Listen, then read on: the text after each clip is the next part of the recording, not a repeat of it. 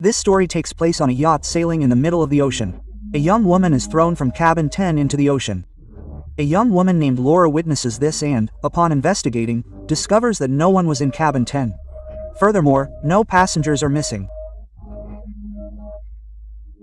Laura now sets out to find the girl, as well as the murderer who threw her from cabin 10 into the ocean.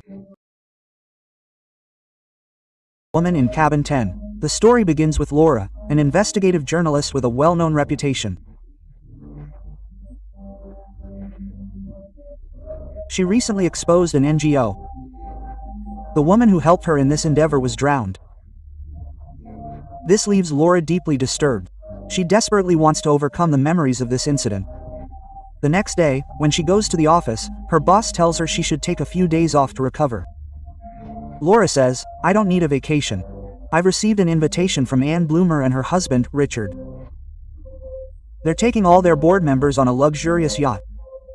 They'll all be staying on that yacht for 3 days, 3 days I'll have to cover as a journalist." Quote, Ann suffers from a fatal disease called leukemia. She's in her final days.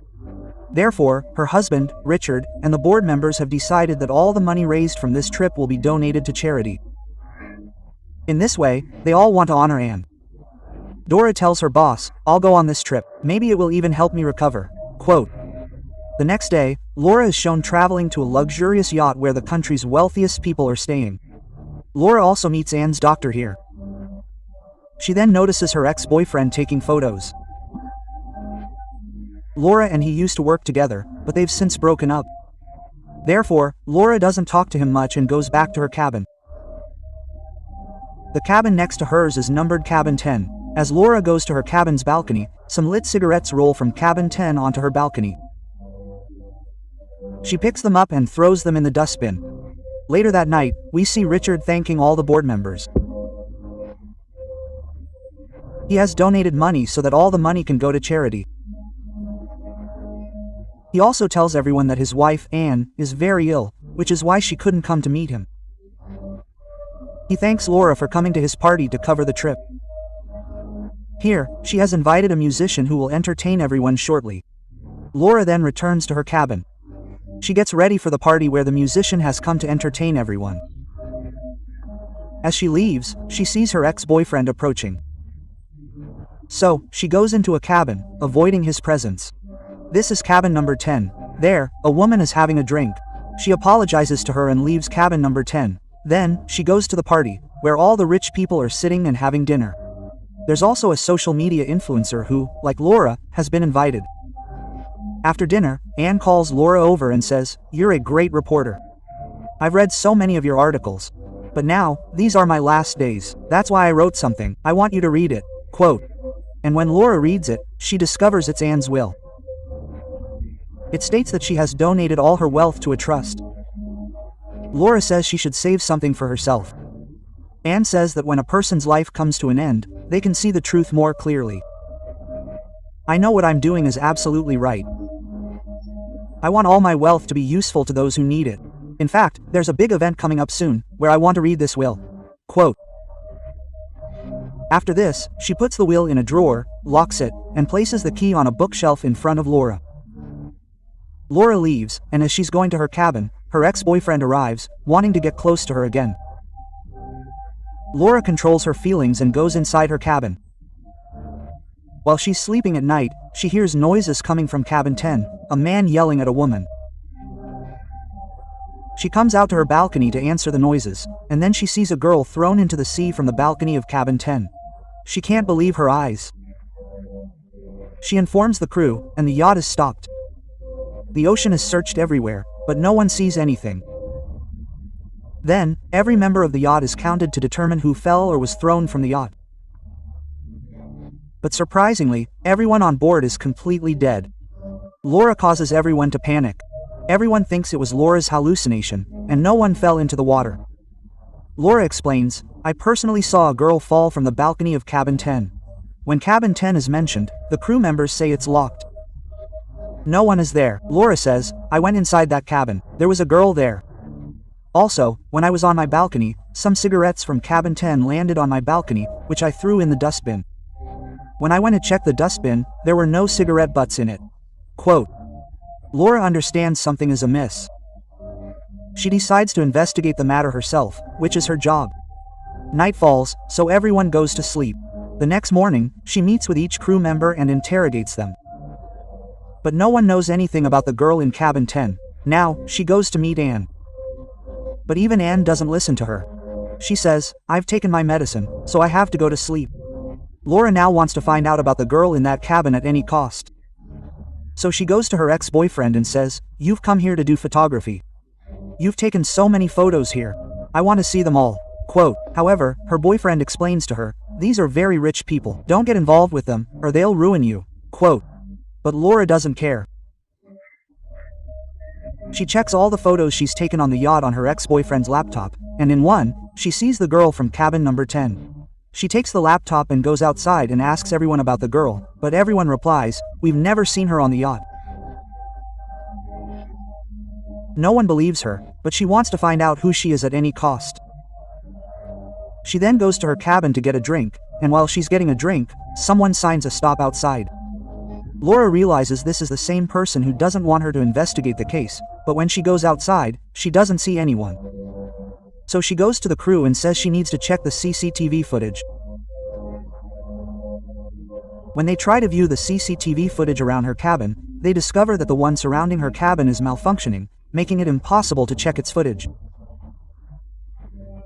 Laura realizes someone is plotting. So, she goes to her cabin's balcony and, risking her life, goes to cabin 10. After that, she goes inside the cabin and goes to the shower room, where she takes a hair from the drain to test the girl's DNA. This could reveal who the girl she saw in cabin 10 was, who may no longer be alive. She was thrown from the cabin 10 balcony into the ocean. She goes to her ex-boyfriend and tells him everything, how she brought hair samples from the girl she saw in cabin 10. But her ex-boyfriend doesn't seem too interested. Then a social media influencer comes to her and explains that she shouldn't follow these rich people. They can be very dangerous. But Laura doesn't care. She just wants to find out who the girl she saw in cabin 10 is. So she goes to the crew members and shows them a photo of the girl. But the most surprising thing is that the photo of the girl was taken on this very yacht, but no one saw her. Laura keeps wondering who that girl was. While thinking about this, she stands on the corner of the yacht when someone pushes her from behind. Luckily, she falls into the swimming pool. But before she can escape, someone closes the shutter from above. These are actually swimming pools that can be closed, and Laura is trapped inside, breathing her last. This swimming pool can be seen from below. Just then, a girl sees her, saving Laura's life. Everyone tries to convince Laura that the yacht isn't what she thinks. She should enjoy herself. Laura says that someone pushed her from behind. After which, the swimming pool is closed from above. But no one believes her. Laura now has only one piece of evidence, the girl's hair. She checks her coat pocket for a hair that isn't there. She suspects her ex-boyfriend is also involved with the people behind this. So, she goes to her ex-boyfriend and tells him everything. He says, "I want to support you. I'm not involved with anyone." But Laura no longer trusts her. Laura returns to her cabin and hears a noise outside her door. When she looks out the peephole, she sees a girl wearing a hoodie walking away. Laura follows her. The girl goes to the bottom of the yard, where she encounters her. Laura sees that it's the same girl she saw in cabin 10. Laura asks, "Who are you? You pushed me into the swimming pool." Quote. The girl says, "I didn't push you. Get out of here or you'll be killed." Quote. Laura becomes furious. Laura grabs her, and accidentally her hoodie falls off, along with her wig. Laura sees that it's Anne.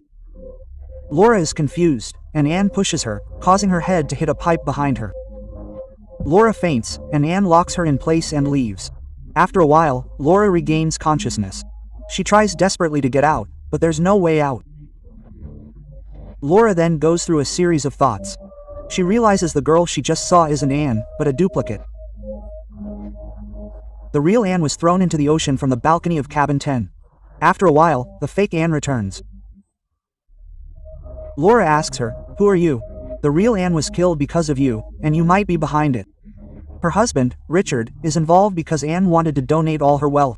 Richard must have found out about this, which is why he killed his wife. Quote, the fake Anne reveals that she was hired for just one day. She used AI to find her on Facebook because she resembled Anne. She simply had to pose as the real Anne for a day so she could sign some documents, which would earn her a lot of money. I have to take care of my daughter. That's why I need money. But that night, while I was in cabin 10, Richard came to visit me. He was actually trying to act out how we should behave at a party. But then the real Anne arrived. She saw us together. Richard attacked her, pushed her down, and then threw her from the balcony of cabin 10 into the ocean. I had no idea he would kill Anne, otherwise, I would never have supported him. Laura asks, what's your name? She tells me, my name is Carrie. Laura says, once you sign the will, he'll kill you too. Carrie doesn't respond, locks the door, and leaves. Laura's ex-boyfriend is shown, wanting to go to her cabin, but just then, Anne's doctor arrives. He says, Laura is resting. The fall in the pool has severely affected her brain. Quote, that's why you can't meet her right now. The doctor then goes to Richard. Richard tells him to search for Anne throughout the yard. Kill her wherever you find her. The doctor says, I always gave Anne overdoses at your behest. But this is murder. I can't do that. Quote, Richard says, I have proof that you overdosed Anne. If I present this evidence to the police, you'll be jailed. Quote, that's why the doctor has to agree. Carrie overhears all this. She goes to Laura and tells her everything. Laura says, you should go to the police. Carrie says, I can't do that. If the police find out about this whole conspiracy, I'll be arrested too. I'll leave the door open. You can escape. Quote, Laura says, Richard will kill you too. But until the will is signed, you're completely safe. I promise I'll save you. Quote, and now their 3-day journey ends. Finally, they arrive at their destination, where a gala is about to be held, where Anne wants to read her will. One by one, everyone disembarks. Laura's ex-boyfriend stops in front of her cabin. A crew member then informs him that the doctor has given her a dose, which is why she's in a deep sleep. She'll reach Ugala soon. Her ex-boyfriend then boards the boat. He's deeply worried about Laura. So, he gets off the boat and returns to the yacht to take care of her. Laura is then shown emerging from the underground. She goes to the library and retrieves the will, the speech Anne was supposed to deliver at the gala. Just then, the doctor arrives, holding an injection in his hand. Laura understands his intentions and flees for her life. The doctor and one of his men chase Laura, capturing her. Just then, Laura's ex-boyfriend arrives and captures the doctor. The doctor gives Laura the injection he intended to administer to her, causing her to faint. He tells Laura to run away. But the doctor has now captured Laura. However, her ex-boyfriend attacks the doctor again. Laura seizes her chance. She goes to the corner of the yard and jumps from it, killing her. Laura's ex-boyfriend dies. Laura swims to the shore of the barn. The doctor then goes to Robert and tells him that Laura's boyfriend was accidentally killed. Laura jumped into the sea, the water being extremely cold. I think she must have died by now. Richard says that once Carrie signs the will, kill her too. We then see Carrie sitting in front of the lawyers. All the lawyers are shocked that she changed her will. In fact, everyone already knew that she wanted to donate her entire fortune to charity so that the money could be used to help the needy. Carrie hesitates to sign the papers. Richard says that if she feels weak, the doctor can give her a dose. He's actually scaring her. According to all the lawyers present, they see Anne in front of them, but it's not Anne, but Carrie. Carrie has to sign the will, which means that Richard now owns all of Anne's wealth. Laura is shown arriving at the gala. She approaches the security officer, who is loyal to Anne. She tells her that the girl who was thrown into the sea from cabin 10 is none other than Anne, and that the Anne in front of her now is her duplicate. She then gives her the letter from Anne that she wanted to read at the gala, in which she tells everyone that she has donated her entire fortune to charity. However, the security officer still doesn't believe her. Laura says, I can prove it. We then cut to Richard at the gala event, giving a speech. Just then, Laura arrives, taking the microphone from him and begins reading the speech that Anne herself was supposed to deliver. Richard orders security to arrest her. But then, Carrie, disguised as Anne, insists that Laura be allowed to read it. Laura reads the entire letter, revealing that Anne intended to donate her entire fortune to charity to help those in need. Richard once again tries to stop her, but Anne insists she be allowed to speak, and Richard becomes enraged and reveals that this isn't the real Anne, but an impersonator. Richard realizes that his secret is now exposed. Everyone knows his true identity. That's why he takes Carrie with him at knife point to escape. He plans to escape in a lifeboat, but then a security officer fires at him from a distance. The bullet hits his shoulder, causing him to drop the knife. The security officer tries to fire another shot, but fails to get a clear shot. Just then, Laura arrives, attacking Richard with a rod, and this time, he doesn't survive. He dies, thus saving Carrie. A few days later, we see Laura publish the entire story. Carrie has also arrived at her home, where her daughter was waiting for her. The doctor and his partner have been arrested by the police.